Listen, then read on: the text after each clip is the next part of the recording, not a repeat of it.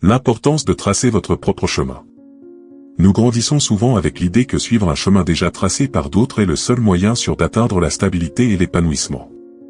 Dès l'enfance, on nous apprend à poursuivre des études formelles, à trouver un emploi stable et, avec un peu de chance, à travailler jusqu'à la retraite, en comptant sur les avantages d'un salaire stable et garanti. Cependant, la réalité d'aujourd'hui est très différente de celle à laquelle nos parents et grands-parents ont été confrontés. Le marché du travail évolue rapidement, et avec lui l'idée selon laquelle un emploi traditionnel est le seul ou le meilleur moyen d'assurer la sécurité financière.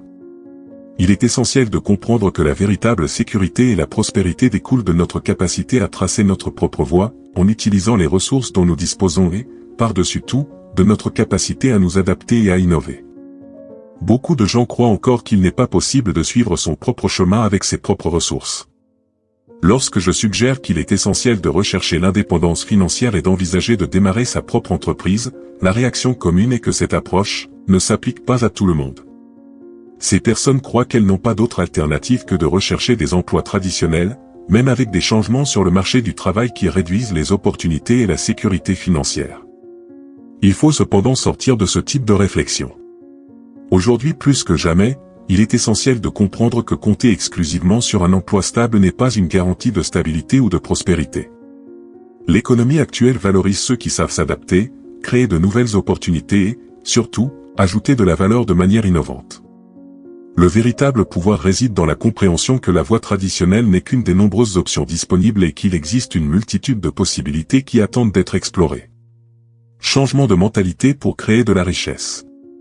La création de richesse n'est pas seulement une question d'argent, c'est une question d'état d'esprit.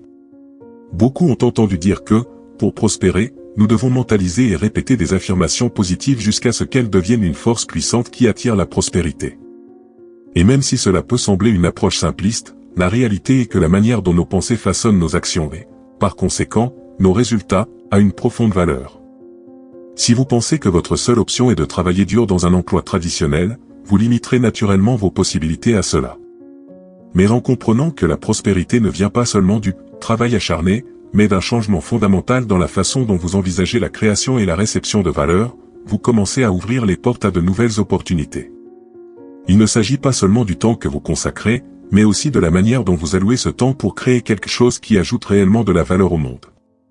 Lorsque vous vous concentrez sur les moyens d'être payé pour les résultats, et pas seulement pour le temps que vous y consacrez, vous commencez à voir qu'il existe d'innombrables façons de générer de la richesse qui vont bien au-delà des méthodes traditionnelles. Vous comprenez qu'il est possible d'être récompensé pour la créativité, l'innovation, la capacité à résoudre des problèmes complexes, à connecter les gens ou à apporter de nouvelles idées sur le marché.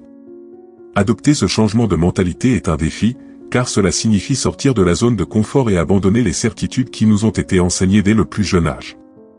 Mais c'est précisément dans cet espace d'inconfort que surgissent les plus grandes opportunités de croissance et d'épanouissement.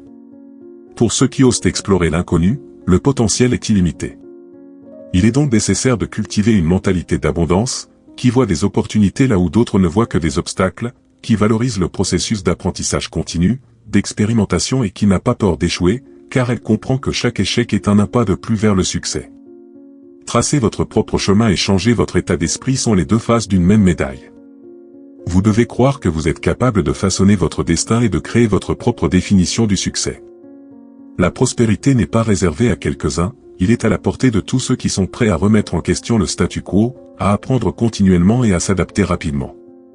En fin de compte, la vraie richesse est celle que vous créez grâce à votre propre pouvoir, votre propre vision et votre capacité à avoir un impact positif sur le monde qui vous entoure.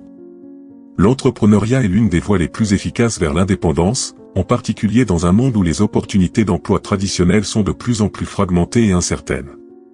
Imaginez être capable de prendre toutes les décisions importantes concernant la manière dont vous investissez votre temps et votre énergie, sans avoir à suivre les ordres d'un patron ou à vous soucier de faire plaisir à quelqu'un pour gravir les échelons de l'entreprise. Posséder votre propre entreprise, c'est précisément cela, être l'architecte de votre propre voyage, avec la liberté de façonner votre avenir en fonction de vos valeurs, de vos passions et de vos objectifs. Cependant, ce voyage n'est ni facile ni rapide. Entreprendre demande du courage, de la résilience et une capacité innée à faire face à l'incertitude. C'est comme cultiver une plante rare, il faut planter les graines, en prendre soin avec soin, les arroser quotidiennement et les protéger des intempéries, sans savoir quand, ni même si, elles fleuriront. Mais, comme une plante rare, le fruit de votre propre entreprise peut être extrêmement précieux, tant financièrement que personnellement. La liberté financière, dans ce cas, est la conséquence d'un travail ciblé et d'un objectif clair. De nombreuses personnes pensent que travailler pour une entreprise ou une entité apporte sécurité et stabilité. Cependant, la réalité est que tant que vous vendez votre temps contre un salaire, vous limitez votre potentiel de gain. La vraie croissance et la véritable richesse viennent de la propriété de la possession de vos rêves, de vos idées et de votre énergie. La plupart des gens qui atteignent un niveau élevé de prospérité financière l'ont fait en créant quelque chose qui leur est propre, quelque chose qui leur permet d'exploiter la force multiplicatrice du capital plutôt que de simplement échanger des heures de travail contre de l'argent. Un autre aspect fondamental de l'entrepreneuriat est de comprendre que la valeur d'une entreprise va bien au-delà des profits immédiats. Souvent, une entreprise peut mettre des années à générer des bénéfices, et cela ne doit pas être considéré comme un échec. Au contraire, c'est le signe que l'entreprise est peut-être en train de construire des bases solides pour l'avenir. L'exemple de PayPal est emblématique. Lors de sa création, l'entreprise n'était pas rentable. En fait, elle a fait face à plusieurs années de pertes tout en bâtissant sa clientèle, en développant sa technologie et en positionnant sa marque sur le marché. Mais quelque chose de bien plus précieux était en train d'être créé, une vision, un modèle commercial innovant, une clientèle fidèle. Tout cela a contribué à ce que PayPal soit ensuite évalué à des milliards de dollars, transformant ainsi la vie de ses fondateurs. Il faut donc avoir la vision et la patience pour comprendre que la valeur d'une entreprise ne se mesure pas uniquement par les chiffres à la fin du mois. Une entreprise bien bâtie a une valeur à long terme, car elle peut évoluer, s'adapter et croître, même lorsque les résultats immédiats semblent modestes. Elle représente une porte ouverte sur d'innombrables possibilités, innovation, impact social, épanouissement personnel. Par conséquent, la clé d'une véritable indépendance financière n'est pas le montant que vous gagnez maintenant, mais le potentiel de croissance et de prospérité de votre projet à l'avenir. Par conséquent, l'entrepreneuriat est bien plus que la simple création d'une entreprise, il s'agit de créer quelque chose qui reflète qui vous êtes, ce que vous croyez et l'impact que vous souhaitez avoir sur le monde. Il s'agit d'un voyage de découverte de soi, où chaque obstacle rencontré, chaque défi surmonté contribue au développement de compétences qui vont bien au-delà des finances, compétences en leadership, créativité, communication et, surtout, résilience. C'est comprendre que chaque étape, chaque investissement de temps et d'argent, chaque tentative, même si elle n'a pas le résultat escompté, est une brique supplémentaire dans la construction de votre liberté. Le message est clair, si vous recherchez l'indépendance, tant financière que personnelle, envisagez la voie de l'entrepreneuriat. Préparez-vous aux défis, aux nuits blanches, aux décisions difficiles. Mais préparez-vous également à un sentiment de liberté et d'épanouissement que vous ne trouverez probablement nulle part ailleurs. La valeur de ce que vous construisez va bien au-delà des profits, cela réside dans l'impact durable que votre vision et vos efforts peuvent avoir sur votre vie et sur le monde qui vous entoure. Les idées, aussi brillantes soient-elles, n'ont aucune valeur intrinsèque tant qu'elles ne sont pas réalisées. Il est facile de se laisser enchanter par des pensées innovantes et des concepts révolutionnaires, mais la véritable magie se produit lorsque ces idées quittent le plan abstrait et prennent forme dans l'action. L'histoire d'Apple est l'un des exemples les plus emblématiques de la façon dont l'exécution est la clé pour transformer les idées en quelque chose de réelle valeur.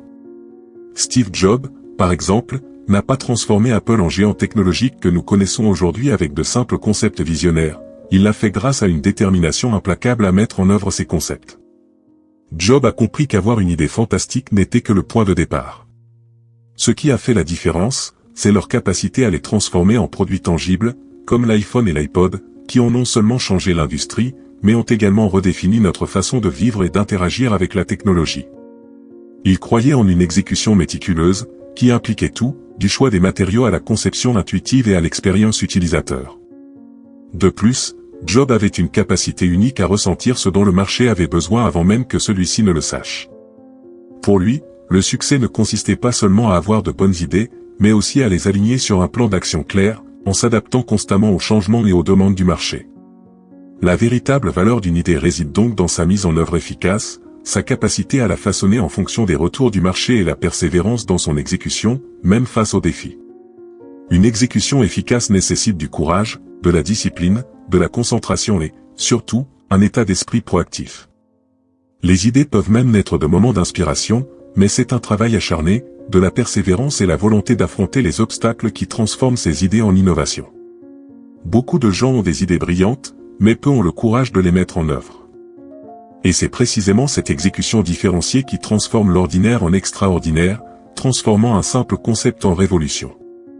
Il est donc essentiel d'avoir une vision claire, mais il est encore plus crucial d'avoir la détermination de mettre en œuvre cette vision avec précision, sachant que le processus d'exécution sera toujours plein d'ajustements, d'adaptations et d'améliorations continues. Nous vivons à une époque de changement rapide et, souvent, ce qui semble être une crise insurmontable se révèle être une opportunité déguisée. De grands entrepreneurs et visionnaires, tout au long de l'histoire, ont démontré que la capacité à transformer les difficultés en tremplin de réussite est une caractéristique fondamentale. Pendant une crise, beaucoup désespèrent et se concentrent sur les pertes et les problèmes, toutefois, rares sont ceux qui ont la capacité de voir au-delà du chaos et d'identifier les opportunités qui se cachent dans l'ombre. Ce sont ces gens qui, face à l'adversité, y voient un terrain fertile pour l'innovation, pour créer des solutions uniques et même pour réinventer le statu quo. Une crise peut être un terrain fertile pour la croissance. Des entreprises comme Airbnb et Uber sont nées pendant des périodes de récession économique mondiale, lorsque le modèle économique traditionnel était confronté à des défis majeurs. Ces startups ont vu la crise comme une opportunité d'explorer de nouveaux besoins des consommateurs, en proposant des services accessibles et pratiques à une époque où de nombreuses personnes recherchaient des alternatives plus économiques. La capacité d'innover et de s'adapter au milieu du chaos est ce qui a transformé ces idées en phénomènes mondiaux. Les opportunités se présentent souvent aux moments les plus inattendus, et il faut une vision différente pour en profiter. L'histoire regorge d'exemples de personnes et d'entreprises qui ont prospéré parce qu'elles ont vu ce que d'autres n'ont pas vu. Cela nécessite un esprit ouvert, qui non seulement s'adapte aux changements, mais est également capable de les anticiper et de les façonner à votre avantage. Après tout, chaque crise apporte un germe de croissance pour ceux qui ne se laissent pas décourager par les circonstances, mais qui utilisent chaque obstacle comme une chance d'apprendre, de grandir et de se réinventer. Le secret réside dans l'exécution constante et déterminée des bonnes idées et dans la capacité de voir les opportunités dans des situations défavorables. La vraie différence entre ceux qui réussissent et ceux qui n'en rêvent que réside souvent dans la capacité à transformer les concepts en actions concrètes et à trouver des possibilités même dans les scénarios les plus difficiles. Beaucoup d'entre nous ont grandi en entendant certains mythes sur l'argent, croyances qui façonnent souvent la façon dont nous percevons nos finances et influencent nos décisions tout au long de notre vie. L'un de ces mythes est l'idée selon laquelle la seule façon de prospérer financièrement est de travailler dur et constamment. Même si l'effort est important, il ne garantit pas la richesse. Combien de personnes connaissons-nous qui travaillent sans relâche, jour après jour, et qui sont toujours confrontées à des difficultés financières? Le travail acharné n'est pas à lui seul synonyme de réussite financière. Vous devez savoir comment utiliser l'argent intelligemment, comment l'investir, comment le faire fonctionner pour vous, au lieu de simplement échanger du temps contre de l'argent. Un autre mythe répandu est la croyance selon laquelle l'éducation formelle suffit pour atteindre l'indépendance financière. Beaucoup d'entre nous ont appris qu'avoir un diplôme universitaire est le passeport vers la réussite.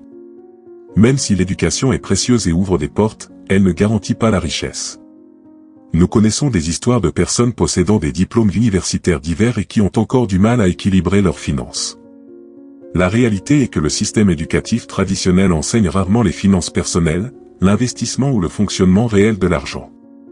Savoir comment gagner de l'argent est une chose, savoir l'entretenir et le faire grandir en est une autre. De plus, il existe une croyance selon laquelle avoir un bon travail est la solution à tous les problèmes financiers.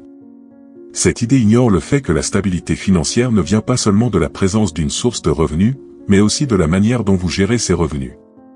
Un bon emploi peut offrir une sécurité temporaire, mais la véritable liberté financière vient de la compréhension de la manière de diversifier vos sources de revenus, de la manière d'investir et de la gestion stratégique de vos dépenses. De nombreux salariés à haut revenu vivent d'un chèque de paie à l'autre parce qu'ils n'ont pas de plan financier solide. Ces mythes sur l'argent sont néfastes car ils limitent notre vision de ce qui est possible. Ils nous font croire qu'une seule voie mène à la prospérité, alors qu'en réalité, il existe de multiples voies et stratégies qui peuvent être suivies. Pour dissiper ces mythes, il est nécessaire de rééduquer nos esprits et de comprendre que l'argent est un outil et non une fin en soi. Le rôle de l'argent dans nos vies est souvent mal compris. On entend souvent dire que l'argent est la racine de tous les maux, mais c'est une erreur. L'argent amplifie en réalité le caractère de celui qui le possède. Si vous êtes généreux et avez de solides valeurs éthiques, l'argent vous permettra de faire davantage de bien, qu'il s'agisse de faire un don à des causes auxquelles vous croyez, d'aider des membres de votre famille ou encore d'investir dans des projets qui ont un impact positif sur la société.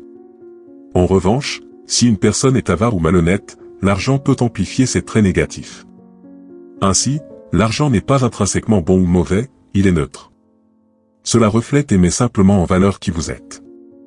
Nous devons donc adopter une mentalité saine par rapport à l'argent, en le considérant comme un moyen d'atteindre de plus grands objectifs, qu'il s'agisse d'assurer la sécurité de la famille, de réaliser des rêves ou de contribuer à des causes que nous considérons importantes.